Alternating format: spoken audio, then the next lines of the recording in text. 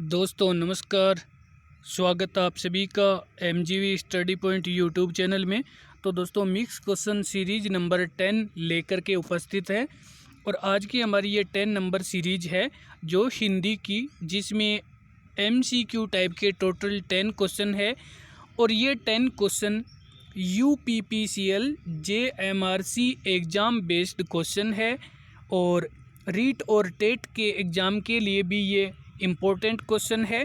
जेएमआरसी, REET, HSC, पटवारी, police और high court सभी परीक्षाओं के लिए महत्वपूर्ण क्वेश्चन है। तो बने रहे इस वीडियो के साथ में लास्ट तक, लाइक शेयर करते रहें और अभी तक अपने यूट्यूब चैनल को सब्सक्राइब नहीं किया है तो ज़रूर इसको सब्सक्राइब करें और जिन्होंने इसको सब्सक्राइब कर लिया उनको थैंक्स। तो चलते हैं, बात कर लेते हैं क्वेश्चन की। तो आज के हमारे फर्स्ट क्वेश्चन की ओर चल रहे हैं। 10 है जो एमजीवी स्टडी पॉइंट पे ये ऑनलाइन टेस्ट सीरीज है और आज हम इसका वीडियो जो अपलोड कर रहे हैं ये इसका हल है। तो इसका डिटेल से प्रत्येक क्वेश्चन को सोल्व करेंगे। तो बने रहे इस वीडियो के साथ में लास्ट तक, लाइक शेयर करते रहें और अभी तक चैनल को सब्सक्राइब नहीं किया तो ज़रूर सब्सक्राइब करें। तो चलिए बात कर लेते हैं क्वेश्चन फर्स्ट की।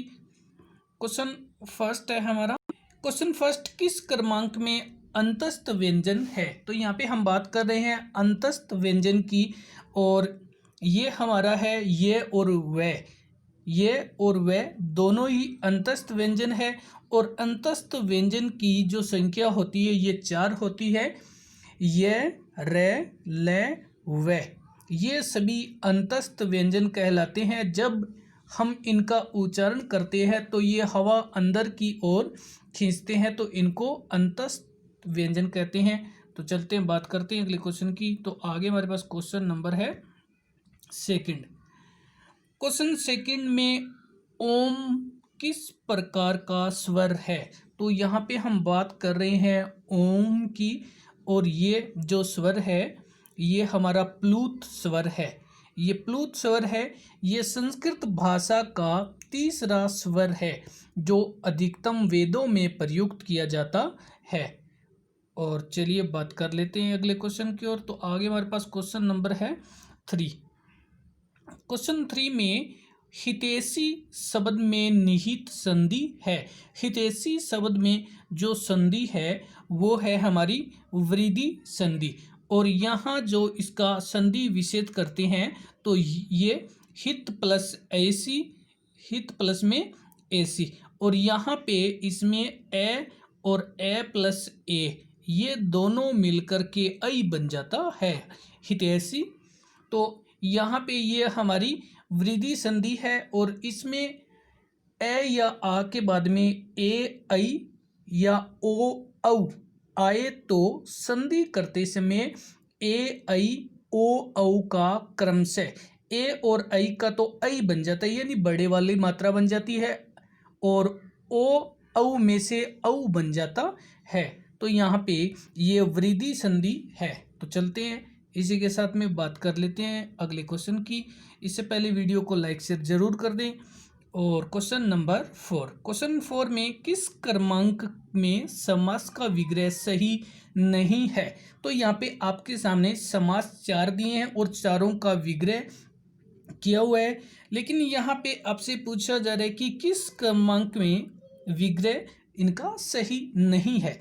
तो यहाँ पे हमारा आंसर है मयूर और मयूर ये वाहन। यहाँ पे इसका विग्रह करते हैं तो ये मयूर का वाहन नहीं है, यहाँ पे है मयूर वाहन है जिसका, मयूर वाहन है जिसका अर्थात कार्तिकेय, भगवान कार्तिकेय के बारे में कहा गया है। तो यहाँ पे इसका ये हमारा आंसर है भर पेट यानी पेट भर और ये अव्यय भाव समास है। और दूसरा महादेव, तो इसमें महान है जो देव, ये कर्मधारय समास है।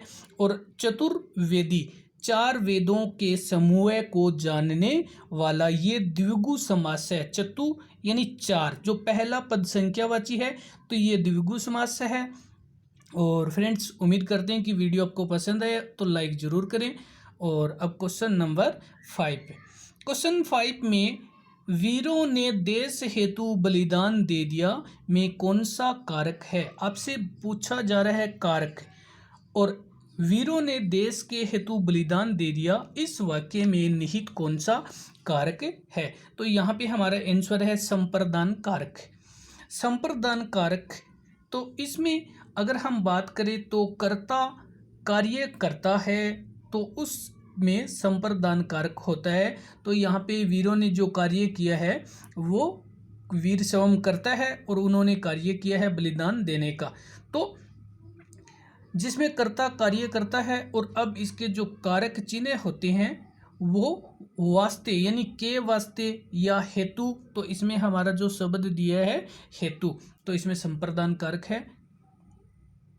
और चलते हैं अगले क्वेश्चन की ओर बात कर लेते हैं। तो आगे हमारे पास क्वेश्चन नंबर है 6।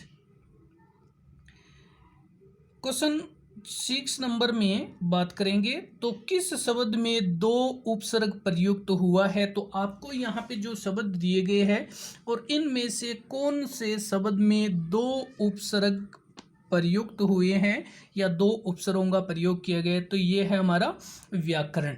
व्याकरण में एक तो वी उपसर्ग है और प्लस में आ उपसर्ग है, दो है, और प्लस करके जो करण है ये मूल शब्द है वी आ करण। वी आ करण और ये करण है ये मूल शब्द है, और आ और वी दोनों ही उपसर्ग है। ये दो उपसर्ग प्रयुक्त हुआ है व्याकरण में। और इसी में जो हम बात करेंगे कि आगे जो रंगीला शब्द है, तो रंगीला में ईला उपसर्ग है और पराजय में परा उपसर्ग है, जय का विलोम भी बनता है। और यहाँ पे हम दम है, यहाँ पे हम दम है, तो इसमें हम उपसर्ग है। और चलते हैं बात करते हैं अगले क्वेश्चन की ओर। तो आगे हमारे पास क्वेश्चन नंबर है 7। क्वेश्चन 7 में किस क्रमांक में एरा प्रत्यय नहीं है? तो ऐसा कौन सा क्रमांक है जिसमें एरा प्रत्यय लग करके शब्द नहीं बना है? तो ये हमारा आंसर है चटेरा।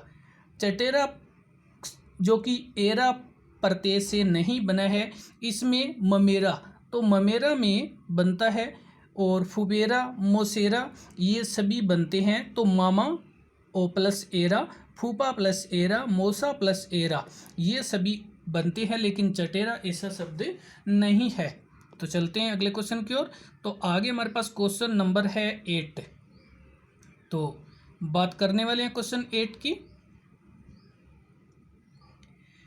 क्वेश्चन 8 में 30 विद्यार्थियों ने सही उत्तर दिया में कौन सा विशेषण है? तो यहाँ पे 30 विद्यार्थियों ने जो सही उत्तर दिया है, इस वाक्य में निहित विशेषण है निश्चित संख्यावाचक विशेषण, क्योंकि यहाँ पे विद्यार्थियों की संख्या निश्चित है। और इसी के साथ में तो चलिए बात कर लेते हैं संज्ञा या सर्वनाम शब्दों की संख्या बताने वाले ये जो संख्यावाची विशेषण कहलाते हैं। और ये दो प्रकार के होते हैं, एक तो होते हैं निश्चित और एक होते हैं अनिश्चित। निश्चित संख्या में जैसे 2, 3, 10, 20, 30 तीनों ही, पांचों ही, ये सभी होते हैं। लेकिन अनिश्चित में हजारों, लाखों, कई, कुछ, सैकड़ों, अनगिनत जो ये संख्या होती है, तो ये अनिश्चित होती है। और चलते हैं इसी के साथ में अगले क्वेश्चन की ओर। तो आगे हमारे पास क्वेश्चन नंबर है 9। क्वेश्चन 9 में घुड़सवार शब्द निम्न में से क्या है? तो यहाँ पे ये दिया गया है घुड़सवार, और घुड़सवार शब्द निम्न में से क्या है? तो घुड़सवार शब्द है एक यौगिक शब्द, और यौगिक शब्द दो या दो से अधिक शब्दों के योग से बनते हैं, वे यौगिक शब्द कहलाते हैं। अब ये यौगिक शब्द संधि, समास, उपसर्ग, प्रत्यय से बने शब्द होते हैं। तो चलते हैं बात करते हैं अगले क्वेश्चन की। आगे हमारे पास क्वेश्चन नंबर है 10। क्वेश्चन 10 में परिवार शब्द में संज्ञा है। परिवार शब्द में कौन सी संज्ञा है? तो यहाँ पे चलते हैं, देखते हैं कि हमारा यहाँ पे जो ऑप्शन है, और ऑप्शन ये समूहवाचक है। परिवार शब्द में निहित संज्ञा समूहवाचक है, क्योंकि परिवार में एक सदस्यों का समूह होता है। और समूहवाचक जो संज्ञा है ये जातिवाचक का ही एक भाग है। समूहवाचक संज्ञा दो प्रकार की होती है, एक तो पदार्थ और एक होती है द्रव्य, जिसमें और समूह दो प्रकार के हो सकते हैं, प्राणियों का या पदार्थों का समूह हो सकता है। और चलते हैं अगले क्वेश्चन की ओर। आगे हमारे पास क्वेश्चन नंबर है 11। क्वेश्चन 11 में निम्न में से किस विकल्प में एक भी तत्सम शब्द नहीं है, यानी आपको ऐसा विकल्प चूज करना है जिसमें तत्सम शब्द नहीं है। और यहाँ पे हमारा ऑप्शन है मामा, खार और मौत। ये सभी जो शब्द है ये तद्भव है, इसमें तत्सम नहीं है, बाकी जो शब्द है ये तत्सम है। तो मामा, और वैसे अगर बात करें तो ये मातुल जो तत्सम है इसका तद्भव मामा है, ये क्षार है तो खार, और मृत्यु ये मौत। तो ये तत्सम शब्द है और ये तद्भव है। तो चलते हैं इसी के साथ में अगले क्वेश्चन की ओर। तो आगे हम बात कर लेते हैं क्वेश्चन नंबर 12 की। तो क्वेश्चन 12 में सामीस शब्द का विलोम है। तो यहाँ पे आपसे पूछा जा रहा है कि जो सामीस शब्द दिया गया है इसका विलोम शब्द क्या होगा। यहाँ पे इसका विलोम शब्द होगा निरामिष। सामीस का विलोम होगा निरामिष। चलते हैं इसके साथ में अगले क्वेश्चन की। तो आगे हमारे पास क्वेश्चन नंबर है 13। क्वेश्चन 13 में पृथ्वी के उस पर्याय यानी पर्यायवाची का पता लगाइए जिसका अर्थ धारण करने वाला न हो। यानी हमें ऐसे पर्यायवाची शब्द का चूज करना है जिसका अर्थ धारण करने वाला न हो। तो यहाँ पे हमारा आंसर है भूमि। और ये तीनों जो कि यहाँ पे ये धरती, धरा, ये धारण से संबंधित है। तो यहाँ पे हमारा आंसर है भूमि। और चलते हैं अगले क्वेश्चन की ओर। आगे हमारे पास क्वेश्चन नंबर है 14। क्वेश्चन 14 में वह दौड़ कर चलता है वाक्य में क्रिया है। तो अब आपको ये बताने कि इसमें कौन सी क्रिया है कि वह दौड़ करके चलता है। तो ये पूर्वकालिक क्रिया है। पूर्वकालिक क्रिया जब एक क्रिया को समाप्त करके उसके बाद दूसरी क्रिया की जाती है तो पहली क्रिया पूर्वकालिक क्रिया कहलाती है। तो पहले यहाँ पे दौड़ना, दौड़कर चलता है, पहले तो वो दौड़ता है फिर चलता है। तो ये इस वाक्य में निहित पूर्वकालिक क्रिया है। और चलिए बात करते हैं नेक्स्ट क्वेश्चन की। तो नेक्स्ट हमारे पास क्वेश्चन नंबर है, ये इस वीडियो का लास्ट क्वेश्चन नंबर है 15। क्वेश्चन 15 में आ बेल मुझे मार कहावत का अर्थ है। आपके सामने एक कहावत है आ बेल मुझे मार, और इसमें हमारे पास यहाँ पे आंसर है बैठे बिठाए आफत मोल लेना, या ऐसे भी कह सकते हैं जानबूझ करके विपत्ति में फंसना। तो यहाँ पे इसके दोनों ही अर्थ बन सकते हैं कि बैठे बिठाए आफत मोल लेना या जानबूझ करके विपत्ति में फंसना। आपके जो ऑप्शन होगा ऑप्शन के अकॉर्डिंग आपको देखना होगा। और चलते हैं इसी के साथ में आज की वीडियो देखने के लिए आपको धन्यवाद। और ऑनलाइन जो टेस्ट सीरीज है उसको आप देख सकते हैं। तो वीडियो देखने के लिए धन्यवाद। लाइक शेयर करते रहें और नेक्स्ट वीडियो अपलोड हो तब तक के लिए धन्यवाद।